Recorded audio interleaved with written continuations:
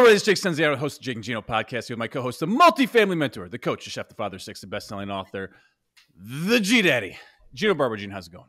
Jake, I'm doing great today, and I've got a quote from this guest's book, and I want to read it because I think this is important. I think this is what this podcast is all about. It is not your responsibility to listen to us. It is our responsibility to make you hear us. That's Robert Hirschfield's quote that René put in his book, and it's stuck with me ever since.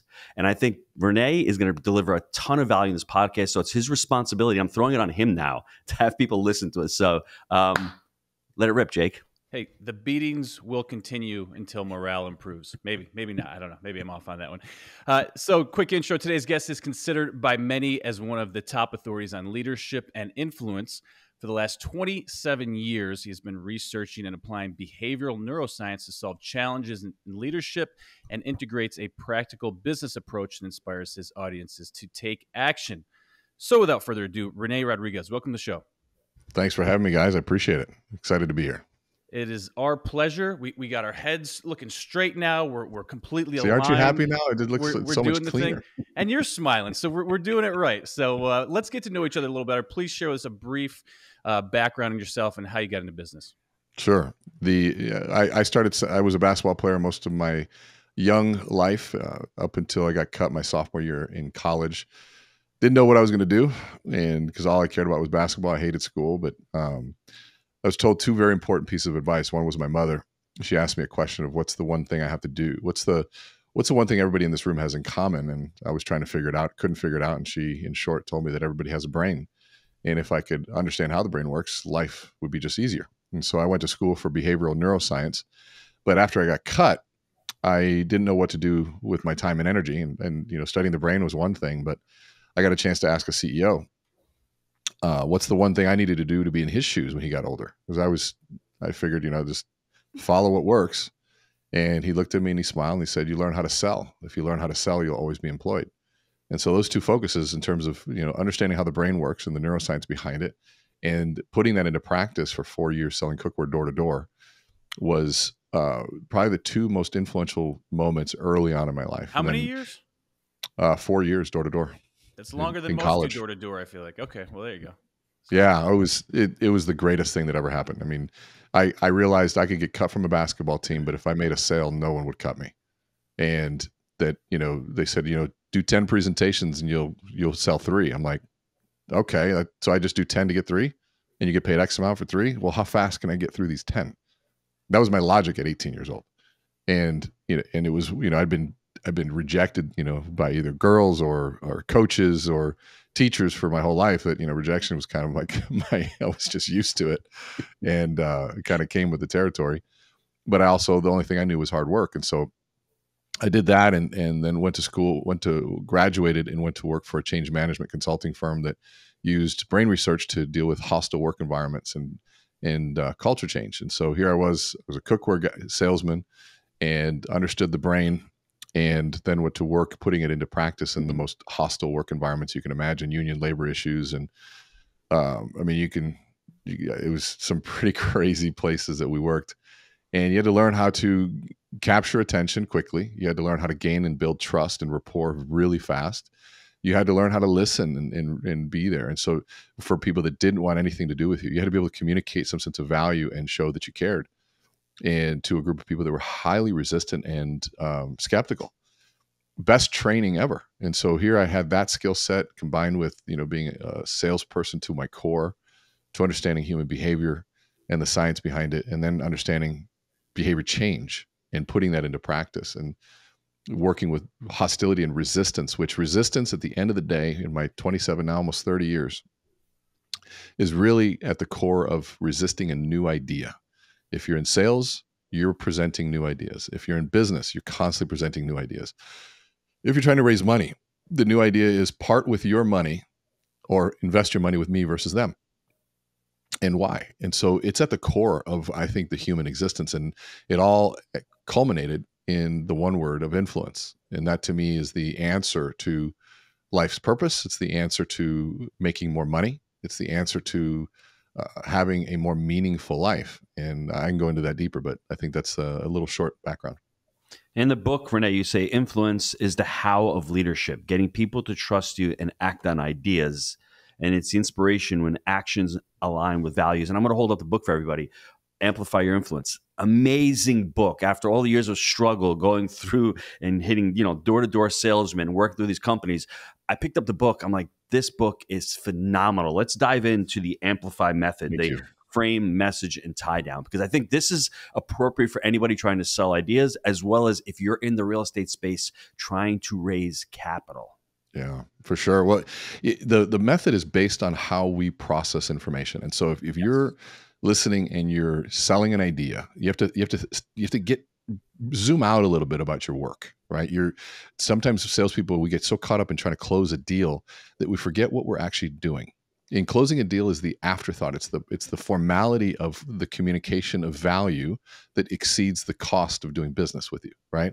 And so if I've been able to communicate and present an opportunity, whether it's a purchase of something, an investment in something, a time spent, or a risk, and that presentation shows a value that far exceeds the cost of engaging in that relationship, then the delta between the two, the difference would be a cost of not acting, which is the ultimate presentation.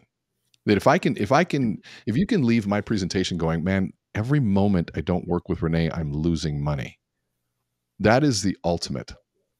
And there's a process to that. And now that's the expression in a business sense, but money is one expression of value. What if every time we met, you said, every time I don't follow René's plan, I'm getting fatter, or every time I don't follow René's plan, I'm less happy, or my relationships go down the tube, or I'm a less effective leader. And so I've got to be able to communicate that. And so does everybody listening. Whatever it is that you're selling, presenting, doing, offering, showing, in a way that people go, wow, I'm paying attention. 2, I see the value of it. And 3, I'm ready to act. And is that more influential, the negative, than the positive? Like the positive of gaining money is that, the positive less influential than the negative, which would be I'm getting fatter? I'm just curious because this is obviously so it's a both and. It's a both and. And so if you look at, there's a study done on that Johns Hopkins University did from a book called Change or Die. And the Change or Die, they're saying, okay, let's use maybe people need more motivation, because if you look at back in the time when this book was written, IBM held a conference every year called the Global Innovators Outlook Conference. And in that conference, they would take on one topic every year. And this particular year was healthcare. And at the time, healthcare was a $2 trillion budget. And of that budget, 80% of it was consumed by 5 behavioral issues. 5. Yeah, I bet you can guess every one of them.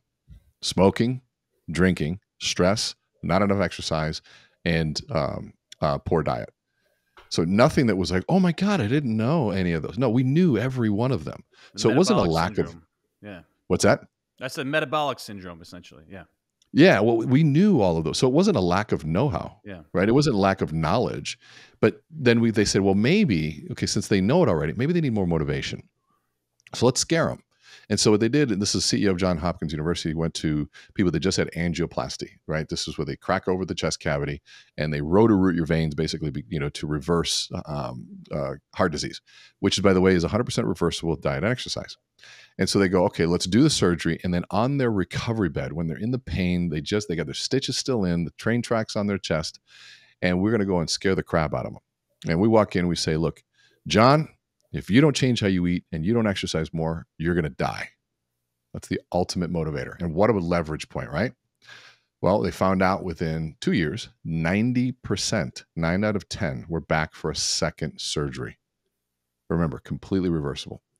And so why? Well, one thing is that our mortality is we have to be in denial sometimes of our mortality, because there's so many things we do that we could just die at. But if we spend the day functioning and worrying about it, we won't function.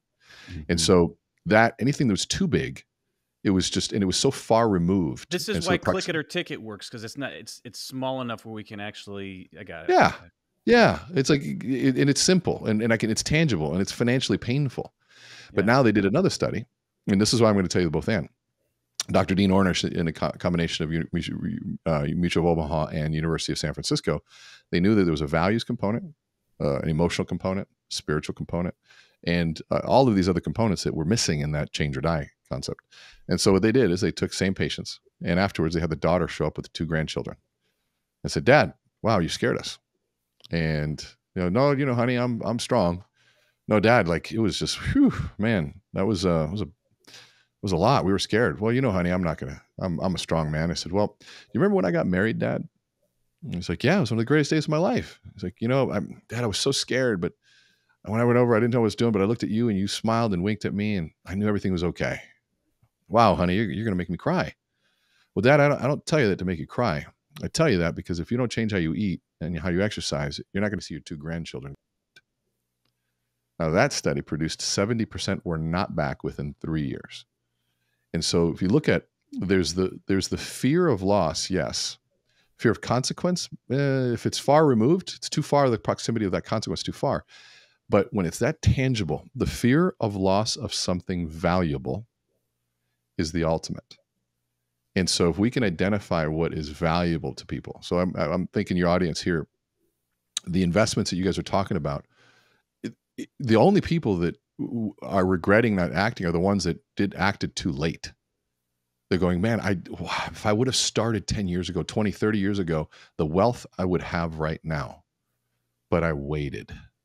And so if you can paint the picture of that moment early on, like Jim Rohn used to say, the worst place to find yourself is 100 feet from Niagara Falls in a boat with no oar and no motor. It's called It's Over. But the sad part of that story isn't even that. The sad part is that nobody was around to paint the picture of the roar of the falls way upstream. Mm-hmm. And that's what I think the job of leadership is in change and sales. So for the folks out there that are attempting to raise money for their multifamily investments, they need to tie it to obviously the importance of now and what that relates to in the future. And then look at the person and say, your kids are going to need this money or you're going to be in trouble long term. This is about financial independence in the future. So look for at the language. You prick, for your kids. All right? Well, look at the language choice, right? This is what your children need. So that's the gain of something. Yeah. Maybe a different way, and we'll just riff a little bit, is if you don't do this now, you're going to have one of 2 conversations with your children. Either one to say, look at the decisions and the sacrifices we made so that you could have this now. Aren't you glad, son, daughter? Or you're going to have a conversation that I don't think either one of us want you to have, which is, son, I blew it. I didn't act. I told you things, but I never followed through. You could have had wealth. You could have had this, but I decided to blow it, spend it in other things. That's a painful thought. Woof. Woof. Heavy, Gino. It's heavy. I like that. I'm gonna run. Can I pause the show? I'm gonna go run to Scott right now and tell him exactly what you said. I bet you gotta let Scott watch this and say, and you know what it is? This is not nefarious. People are saying, oh, you're using mental jujitsu and you're trying to manipulate the person. I think this is manipulating the person for the good, because I think you're trying to show them that, hey, you need an oar before you get to Niagara Falls, and you need to plan for your future now. Because if you don't take action now, you don't want to be this person 10 years from now. And I could have helped you to do that. So there's where I see the line of using this to be phenomenal, because you're actually using to help somebody take action when they may find themselves stuck, confused, not knowing what the next step looks like, René. Well, that's the difference between manipulation and influence, by the way. You just nailed it. And so manipulation is using persuasion techniques to an extreme at the expense of someone else and underhandedly. So those 3 pieces. It's an extreme, it's underhanded, nobody knows it's happening, and it's at the expense of somebody. But if you're influencing, you're on above board using every tool you have to get somebody to realize something really positive for their life, and everyone wins. I have no qualms of using every single thing, every influence persuasion tool that I have to get my kids to stay away from drugs and alcohol. I have no problem with that, and nor should anybody else. And leaders should that as well. And here's the thing. Anybody who says they don't try to influence people around them would lie to you about other things. It's part of the human condition. Yeah, it's how we survive. Completely. Yeah. So to play devil's advocate here, this is what I was pondering when you were speaking just a minute ago. And we've seen this time and time again, where there's been an inferior product, but there's been better leadership and more influential teams to be able to sell or move that product, where there's been a superior product that has suffered because the team was not as influential as they could have been, or they weren't putting in the work.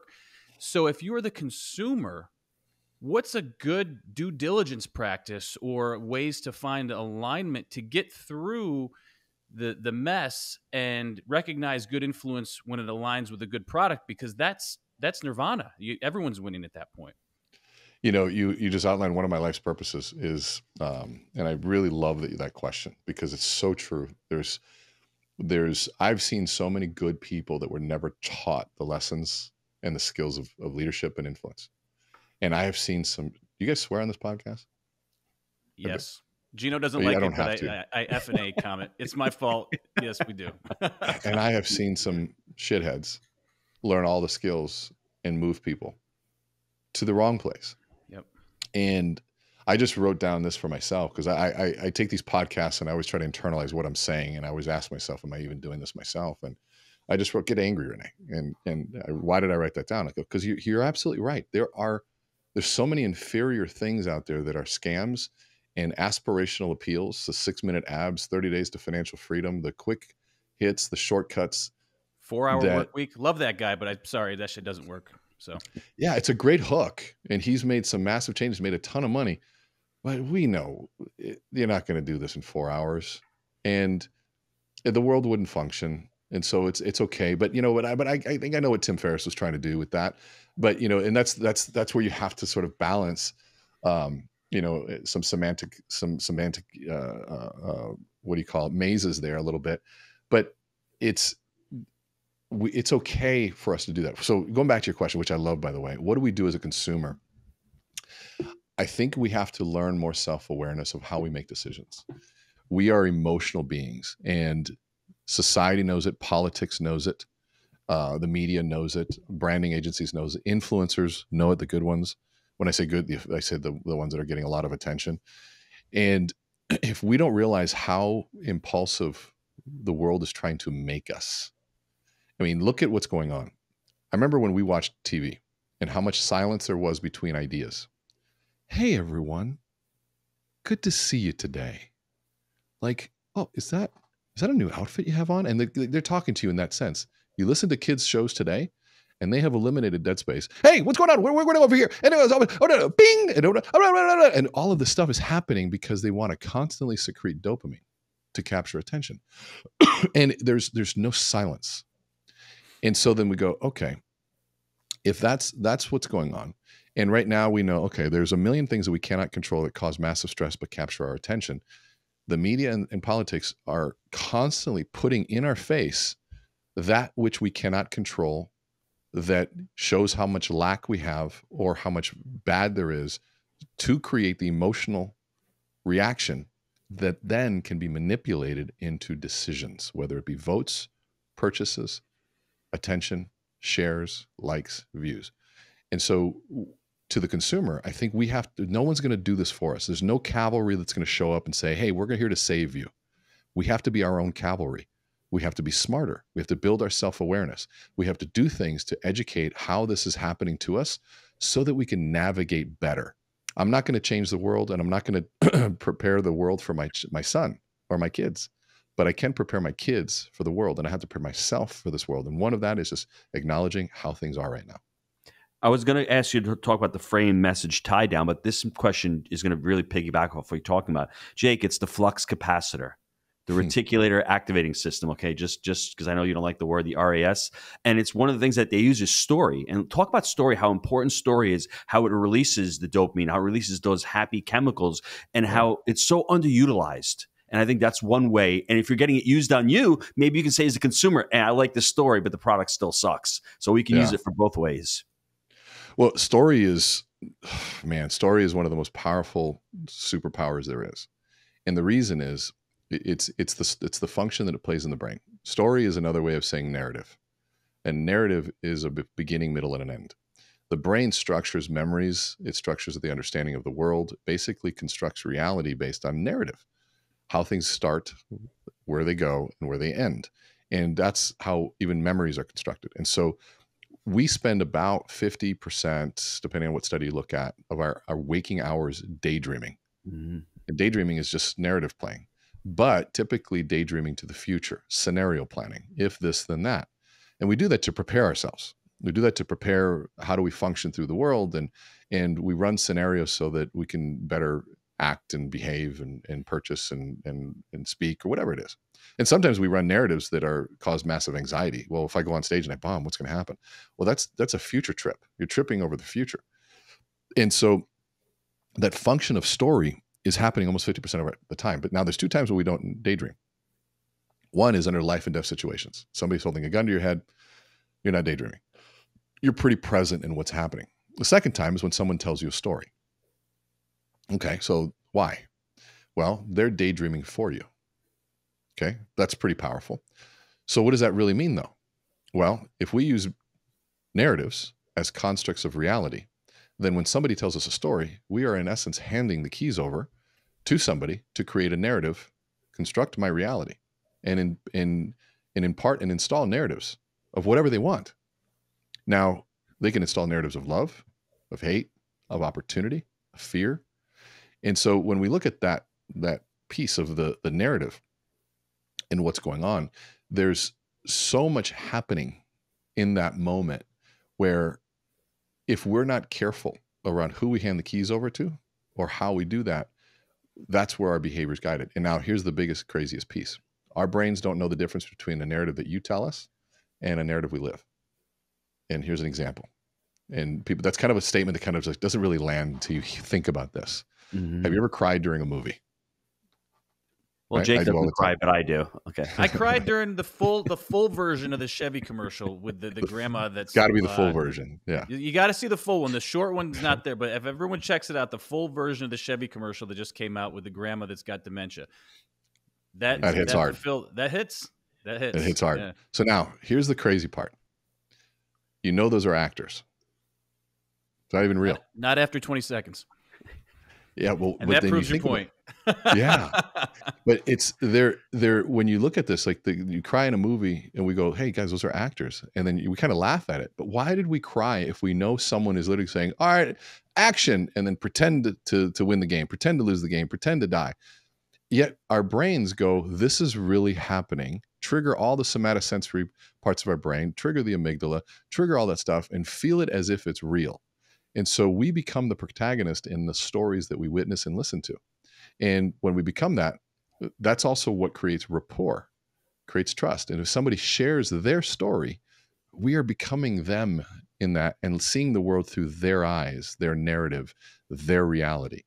And so when we talk about the power of story, it is the most influential, the most powerful way to connect. It's one of the only ways that we build empathy. If we can't understand someone's narrative, their story, there's no way to empathize because I don't understand the narrative they live.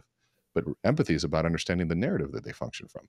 Mm-hmm. And so story is incredibly powerful. René, my next question would be, if you're raising capital, something that's intensive with numbers, something that you lose people. And I see a lot of, beginning investors, members starting out with, this is what the rate of return is. Shouldn't they be working on an origin story, for example, and breaking it down and making it more story-like to raise that capital? Can you give us, I guess, some tips on how to do that for anybody trying to raise capital? So this is a big question we get all the time. So I want you to think of storytelling and influence tools as a club in your bag of golf, right? Your golf bag. What's the best club to use? Depends on the situation. Depends on the situation. Absolutely. Perfect answer.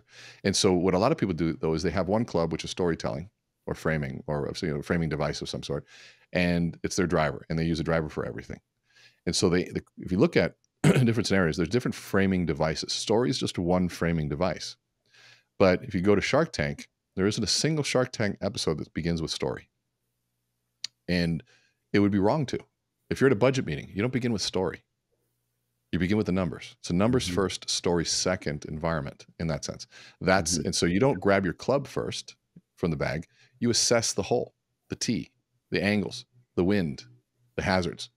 And so in influence in business, in life, you also, before you grab your influence tool, whether it be a story or a metaphor or a prop, a quote, a statistic, you have to assess the situation. So if I'm in a raising capital mode, the last thing I want to do to people who are in that mindset is to say, so I remember when I was a kid, they're like, dude, how much for how much? Give me the playground. And so that becomes your frame. Hey, we're looking to raise $350,000 for 10% of our company. And can't wait to tell you about it. They go, okay, great. Now I know the playground. I know the parameters of what you're asking. And that becomes the frame of which I'm listening to everything you're saying. if I tell the story, I'm going to come back and go, how much are you asking for? And what do you think the company's worth?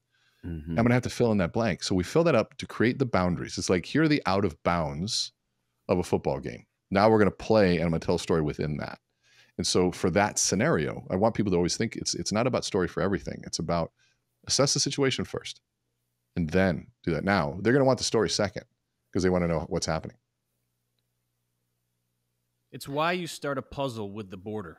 Okay. You got to create the frame to start it. And then you can start to fill it in. But if you don't, it's going to be a mess. Such a great analogy. Yeah. I did a puzzle this weekend. He's the smart one. So I Going guess in the second book. Renee, before we go to the short answers, I really want to get into that frame message tie down, because I think that's really important. Like you said, starting the frame. And I think most people, myself included, really struggle with the tie down. And I think that's such an important component to it. Can you run us through that framework, the Amplify framework? Yeah. So the Amplify formula is made up of three things. One is understanding that we understand the world through frames. And so if I were to tell you, and by the way, if I don't share my frame of reference or the frame by which I want you to understand this, your brain will create its own. Mm-hmm. I'll give you an example. We talked about this before. The first word that comes to mind when I say used car salesman. Sleazy, right? And so, sleazy, run, dishonest, all the negative things. And if you're listening to this, you probably had those thoughts. So what happened was I spoke without a frame, and your brain immediately went in and filled it. And it pulled your own frame of reference saying, okay, used car salesman, I have to construct this reality of who this person is. I'm going to go back to my frames of reference, my past experience, pull from that to create this person in the here and now. So I have to pull from my past to create the now. That's what experience is about. And if you don't have a lot of experience, you have no frame of reference. For example, when Uber first came out, we had no frame of reference. We're like, I click this button, tell people where I'm at, and some random person comes up. I get in their car, they drive me, and I leave, and I don't have to give them money. And are they safe? I mean, there was no frame of reference. And so that was just wild. And until there became a frame of reference, it was we didn't know that. So we were filling in with fear and all sorts of stuff. So, but if I were to tell you about my grandfather, who lived in Cuba right before the Cuban Revolution was happening, and he knew this wasn't good for his family, so he wrote a letter to the president of the United States saying, if you get me and my family out of this country, I'll come in and fight for yours. So it made it to the right person. They pulled my mother, my grandmother, my aunt, and my grandfather out. Yeah. And he went and served in the American Armed Forces for 8 years. After his service, he landed finally in the American dream in Homestead, Florida. Now, at that time period, Homestead, Florida had nothing but Patrick Air Force Base. So there was no employment. So his American dream was limited to how far he could walk. But there's somebody who believed in my grandfather, got him into an older vehicle, which allowed him to extend his reach by 50 to 100 miles, finding better employment, making more money, changing the trajectory of his life, my mother's life, and ultimately my life. And that person who believed in my grandfather was a used car salesman. And so now that's an example of starting with a frame before I tell you the answer. And so if I were just to say used car salesman, sleazy, dirt, whatever thoughts come up. But if I start with a story, now all of a sudden that creates a frame around this individual. And I might even say, yeah, and he's actually coming in next. You want to meet him? You'd be like, yeah, that sounds like a great guy, because I claimed the frame. And so that's step one, is claim the frame. And if you're negotiating, by the way, it's a frame battle. The value of the money you have versus the value of the opportunity that I have in front of you. And if I can create a frame, and you buy into my frame that there's massive opportunity and value, you will exchange your pile of money for my opportunity. And that's what sales is. That's what presentation is all about. Mm-hmm. And so we have to understand that piece of it. That's framing. And framing sometimes is one, people say, wait, is it always stories? No, sometimes a frame is one word. If you were to say, hey, Renee, can you come to the party? And I just answer with no frame, I say, no. And now your brain's like, God, what a jerk. But if I were to add one word and a little tone, you say, Renee, can you come to the party? I say, yeah, unfortunately, no. Now, all of a sudden, I've controlled the meaning. I've made sure that you understood so many of the things that were unspoken there that I wanted to, but unfortunately I can't. And so that's why text messages can fall flat, and you got to be careful. Oh, absolutely. And people say there's no tone in text. Yeah, there is. Whatever tone the listener is in. So you got to create the tone. You have to create the tone. And that's why I'm always using emojis. Like, I'm the most annoying person because I'm always giving the thumbs up because I'm very short. But you're always get a thumbs up from me, regardless of what it is, even if I hate you. It's funny, and this is a great example. I come from a certain group of people in my life that thumbs up was sarcastic, whatever, pal. And so, but I'm putting my meaning now in a thumbs up of I don't have like those ruthless '90s chicks. You got a lot of rejection from them. I feel like back in the day. They were ruthless, man. Yeah. Devil Wears Prada with a thumbs up to a middle finger, right? I love it. It's worse than the middle finger. It's patronizing. No, so then the frame, and so then of course in communication we want to deliver a message. And so the purpose of the frame is to deliver a message. It's like a Trojan horse. What was the purpose of a Trojan horse? Well, we wanted to kill you, but meaning that was my message, was destruction. But I couldn't get in because your forces, there was too many reinforcements. The castle walls didn't allow me in. The defenses were up. So the first step in getting my message to you was I get to bring down the offenses, the defenses. And so how? I framed it as a gift. And all of a sudden, like, wow, that was really nice. This Trojan horse comes in, and of course the gates come down and the message goes in. Now, that's a negative spin, but that's the same process. Well, why not use, if you try to communicate something very positive to somebody, they weren't listening. Like, hey, you need to stop doing drugs and alcohol. You need to eat better. You need to reduce your stress. You need to stop smoking. You need to get out of bed and start working harder. Whatever it is, get in the gym. But their defenses are so high. So we need that positive Trojan horse to be able to do that. And that's what framing does. It tills the soil before you plant the seed of the idea. And so the best example I give people is like, okay, if I need to get a message from me to you, and there's a moat or a river, body of water between us, the frame is the boat. And if I put a message in that boat, I can carry it across to you and you'll get it. If I don't have a boat, I can't get the message to you. Now, this is also an interesting piece. Can you give me a good frame on why I need to work out? Can you hit me with that right now? Because I'm a little resistant to it. Is it serious? Are you serious? No. But I'm just curious what it would look like in practice. Well, I mean, that's okay, because I'm just like, I'm having fun, but I got to see it, right? Yeah, I mean, it's to me, it's making it. Sorry up to put you on the spot, but no, I'm happy to be on the spot. But I also, if you notice, I need to frame this up a little bit. Yeah. And so, like, to me, I think it's what, and that goes back to the Tiedown, what it means to you. And if I don't know you well enough, I'm taking a shot. You're not going to be as influential. You got to do your research. Yeah. Yeah, I got to know you. Now, I might say, like, do you feel like you need to? And you said no. So then I'm like, it's not authentic. But I get what you're saying. Let's come back to that. I can probably tell you why I did it for me. Sure. And sometimes we have to lead by example. So for me, I have been doing this for 30 years. I was a former athlete in college. I let my health go. I was always good at what I did, but I looked in the mirror and I was like, man, I'm 307 pounds, 45% body fat, which is the same body. That's hard to come back from that.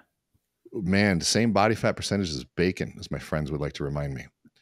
And I looked at that and I was like, man, would I even listen to me? Would I even listen to me? There's a picture of it. If you do show it. Pull it back. Yep. That's not you. That's me. That's same Chris exact. Christie. Yeah, I know. That's the same exact angle, by the way. I took that same picture on the other side.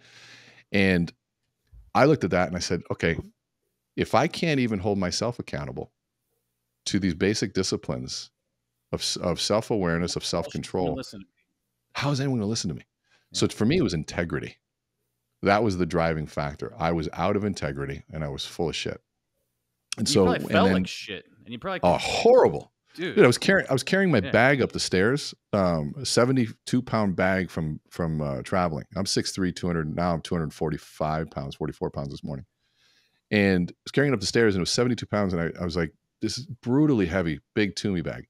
And it dawned on me when I got to the top, I'm like, because I've lost 102 pounds of fat. Congratulations, man. That's fucking awesome. Thank you. Thank you. I grabbed my wife. I said, hey, honey, pick this bag up. And she's like, what the hell is in this? I'm like, I lost 30 more pounds than this.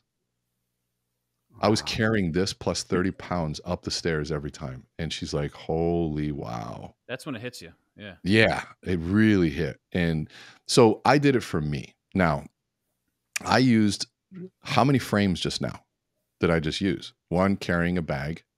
I used a picture of me before. That's a powerful framing device. Luggage, bacon is another framing device, right? There was so much framing going on right there. And so to me, so that's the frame. The message was, I realized that my diet and my health was much more than just, it was just more than just diet and exercise. It was around who I was and my integrity. It was also about longevity. My wife is younger than I am. I don't want to be sitting and having the conversation. It's like, babe, yeah, I'd be on this earth longer, but I decided to eat and be lazy. Now you're and really that reality. interesting, man. You're really twisting that one, right? Holy crap. Yeah. Yeah. And it was like, well, I don't want that conversation. And so to me, that's what it was. And so you look at the difference between someone who's a really good storyteller and someone who loves to tell stories.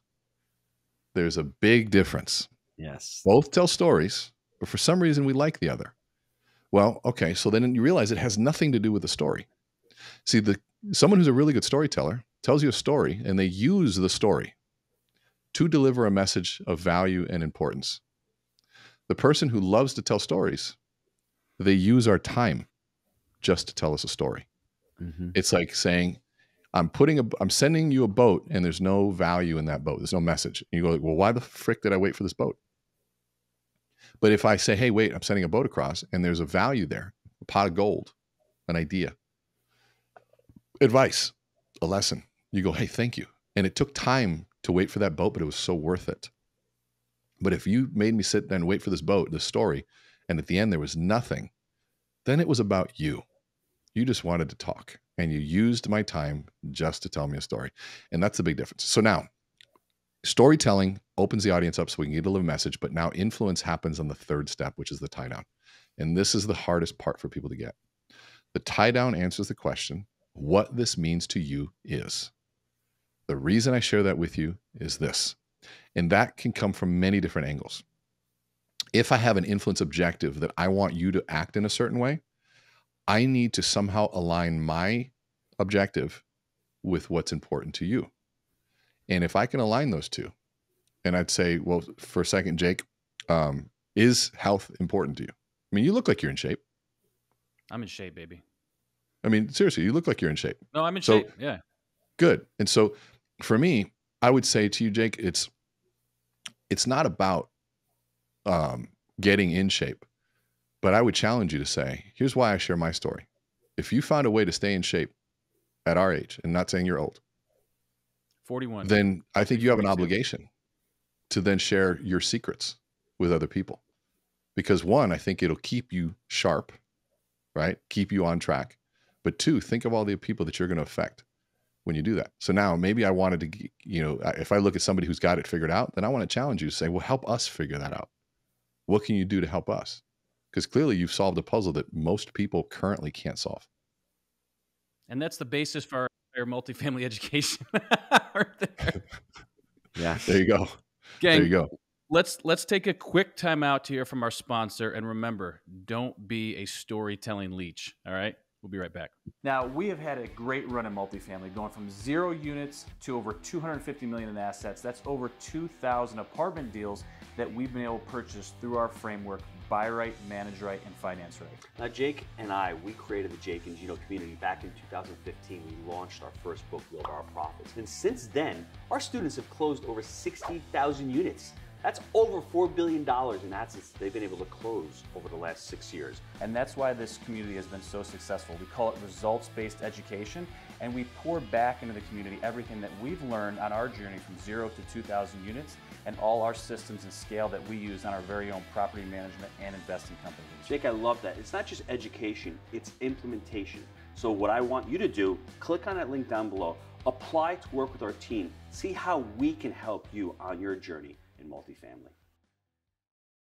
All right, we are back, and I love the story about your grandfather. So I have to ask, are you going to follow in his shoes? Are you going to escape from tyranny in Minnesota to the sunny shores of Florida? That's a joke somewhat, but I'd love to hear your answer. I'm trying to escape the tyranny of Minnesota. I would love to go to Florida, but we're probably looking at Arizona because it's a little more central for the travel. Fair. I get palm trees. I don't get the water that I want, but at least I'm close to it in Mexico, so we can get there. Very cool. Very cool. Someone wants to be more influential. They have a good product. And again, going back to the multifamily piece, they may be raising money for their deals, doing syndications, etc. But they're just flat. They don't tell good stories. They're not influential. Everyone needs to start somewhere. Yep. Give me maybe the first step or two just to get on the right track, because this stuff doesn't happen overnight. It's hours upon hours of practice and preparation and hard work. So give us the starting point for someone in that position. Here's the thing. If you are in multifamily sales, that means that you had an aha at some point that this is a good thing. And I've got some good friends that do this, and I'll make sure, let me introduce you to Anthony Vicino, by the way, if you don't know him. He wrote the book. Anthony's a part of our community. Oh, dude's a great guy. Yeah, I love him. And so I got a chance to talk to him a lot. And anybody who's in that world had an aha moment for something that says this is there. And for some reason, they were predisposed to seeing it. And so one of the things that we look at is the things that we do now come from an earlier part of our childhood. And the best way for me to do that is to do that with you guys. If you guys, can I give you an example? And everything I'm about to do with you guys, these people can do for them. This is, by the way, this is the first step in the Amplify process when you come to our course. So who do I want? Who do you want to be my guinea pig here? I'll let Jake do it. No, Gino. Gino's up. I've been talking too much. It's Gino. Okay, we go Gino. Yeah. All right, Gino. So Gino, here's the thing.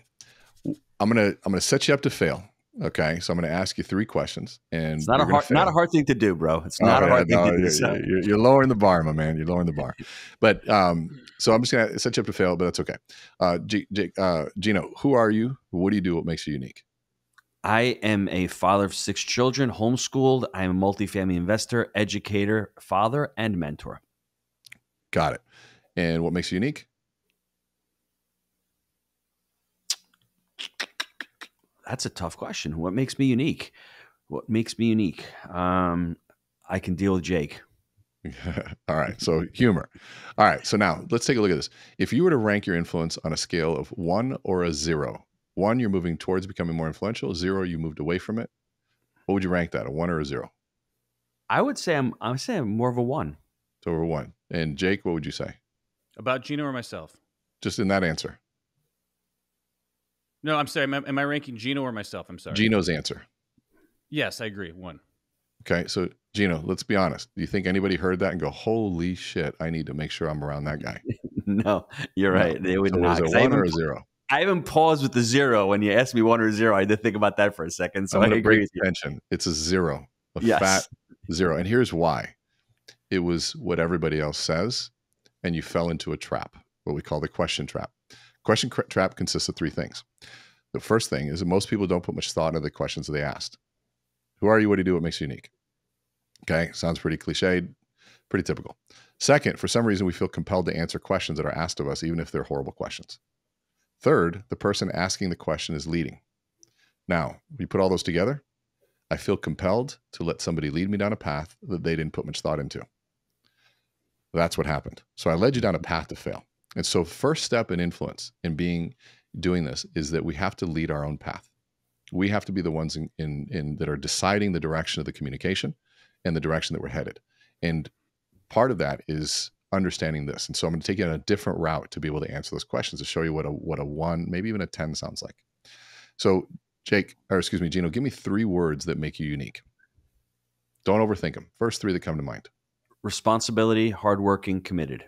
So you're a responsible person, you're hardworking, and you're committed. Would you say that being responsible, being hardworking, and being committed also fit your values? 100%. They are 100%. My values. Look at how cool that was. If you ever do values exercises, some people take weeks, if not months, to try to figure out their values. I did it in 10 seconds. Why? I asked you an outcome question.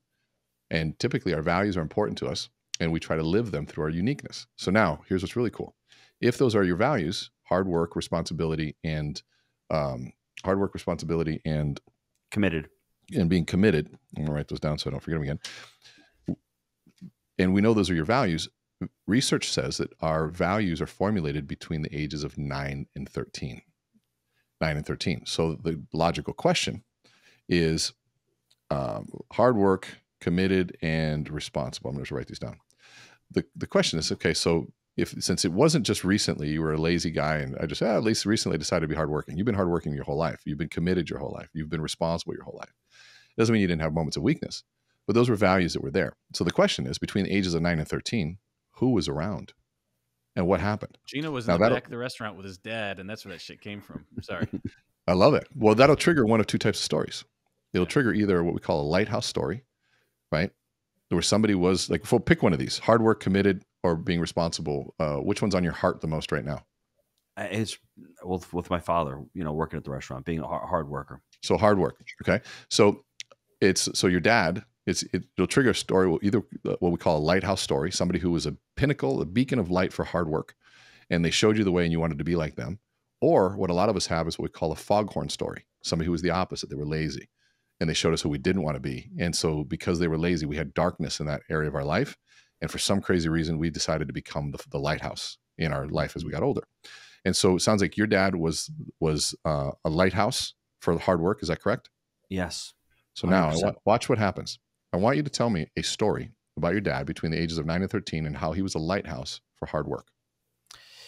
I can say that for 20 years of his life, he was sick, had an ulcer, never missed a day, never complained about it, just showed up and provided for the family and had to deal with shithead partners. Bottom line, never heard him complain. And love that. So that's a general analysis of him, right? So that's what we call a bullet point of him, several bullet points of him. Now, powerful, you can hear it in your voice, but not influential yet. I want you to tell a story about a time, a specific time. I remember this one time. Tell about how the partners used to treat you and how you used to go through it and just your time at the restaurant, Gino. I've heard this before. But I want it 9 to 13. Yeah. So from 9 to 13, gosh. I remember this one time. I just remember this one time going, and I'm 10 years old and walking into the restaurant, and I remember seeing the loaves of bread there. We're the first ones that show up. We get the loaves of bread. We bring them into the kitchen. We start prepping the kitchen. And I remember that's the day when he started it, and he started teaching me how to cook. And I remember that. I remember being in the kitchen with him, holding a fillet knife and filleting chicken cutlets with him and sitting right next to him. And that's how I fell in love with working with him and starting a restaurant. Love that. And you enjoyed getting up early and putting in the work. What was it about that? Was it about the quality? Was it about the attention to detail? What was it? I think it was the accomplishment. I think it was actually working with him. I looked up to him as my father and as a role model.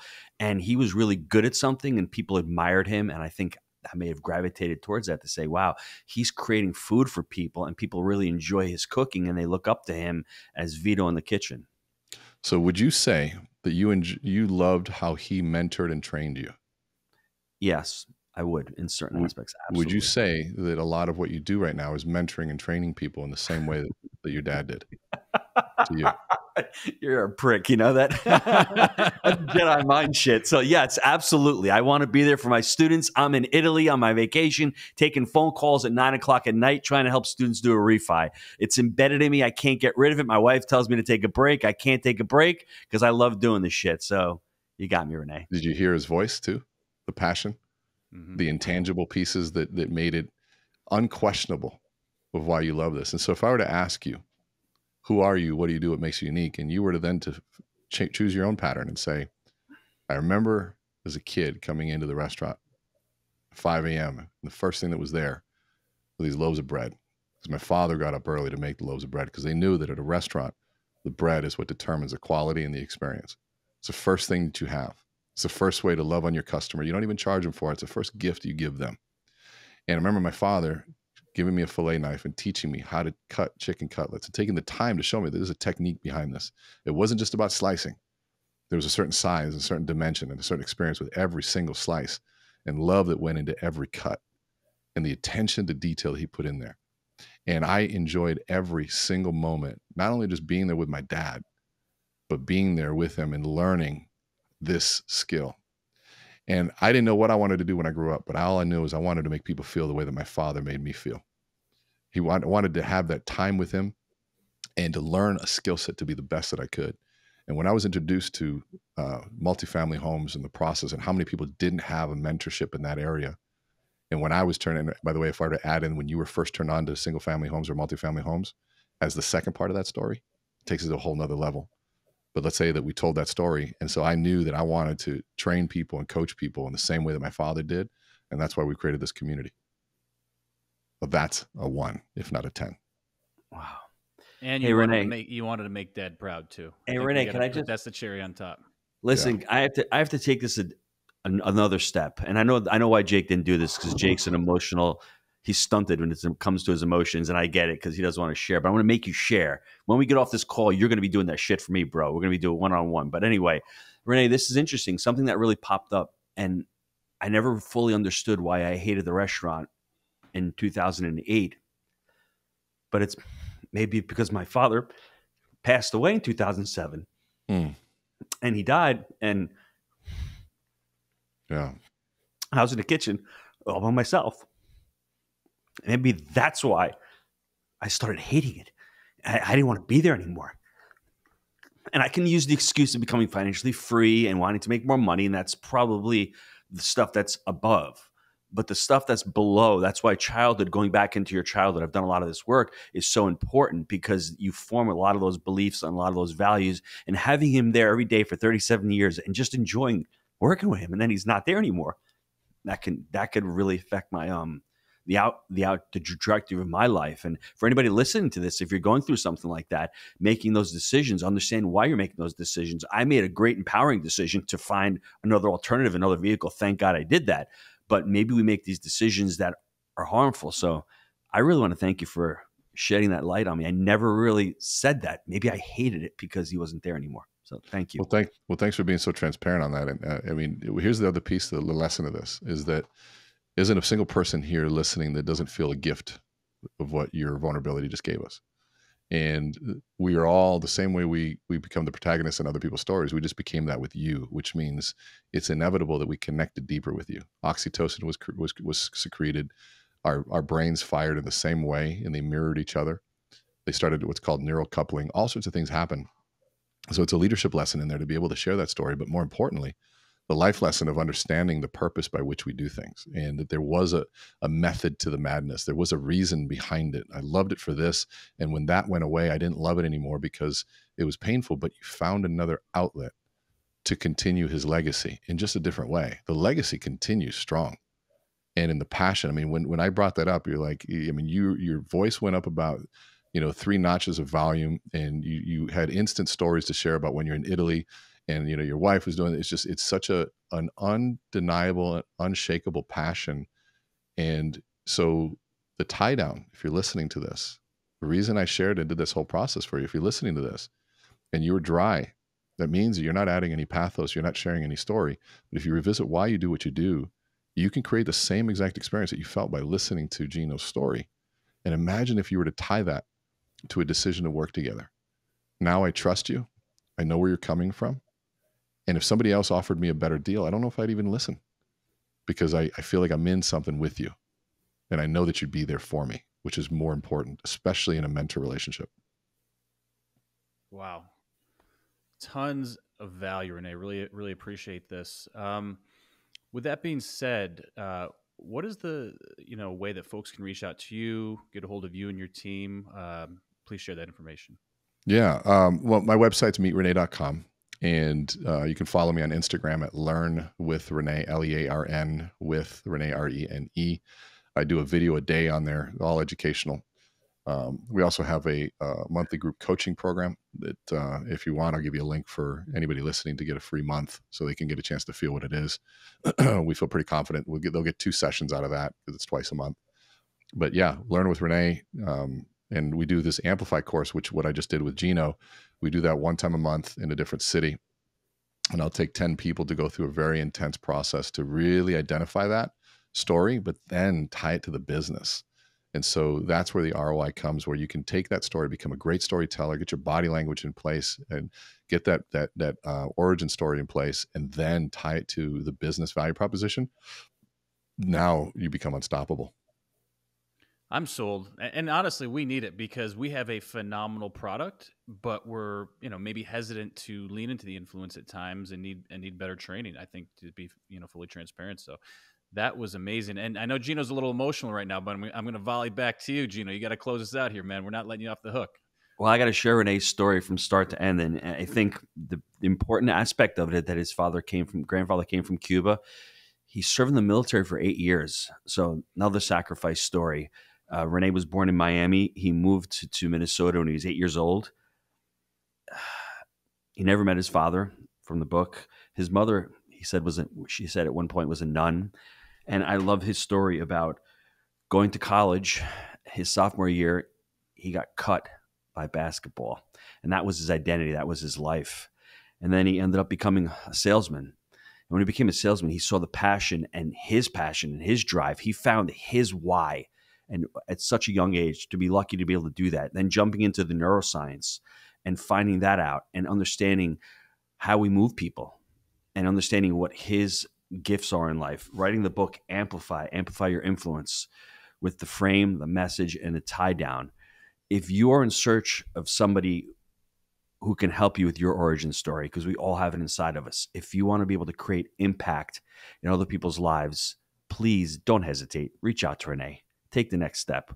We're not born with these skills. These skills are not inherent in us. We can learn all of these skills. And this is a skill that if you do have a product and you do have a great value to offer to others, learn how to be able to offer it ethically, honestly, and the right way. Thanks, René. Awesome. Well, thank you. I appreciate that, guys. Excellent. René, really appreciate you. And gang, as always, we believe in buying deals for the long term. Think in decades. I'm Jake. He is the G Daddy, and we make it happen. We'll see you next time.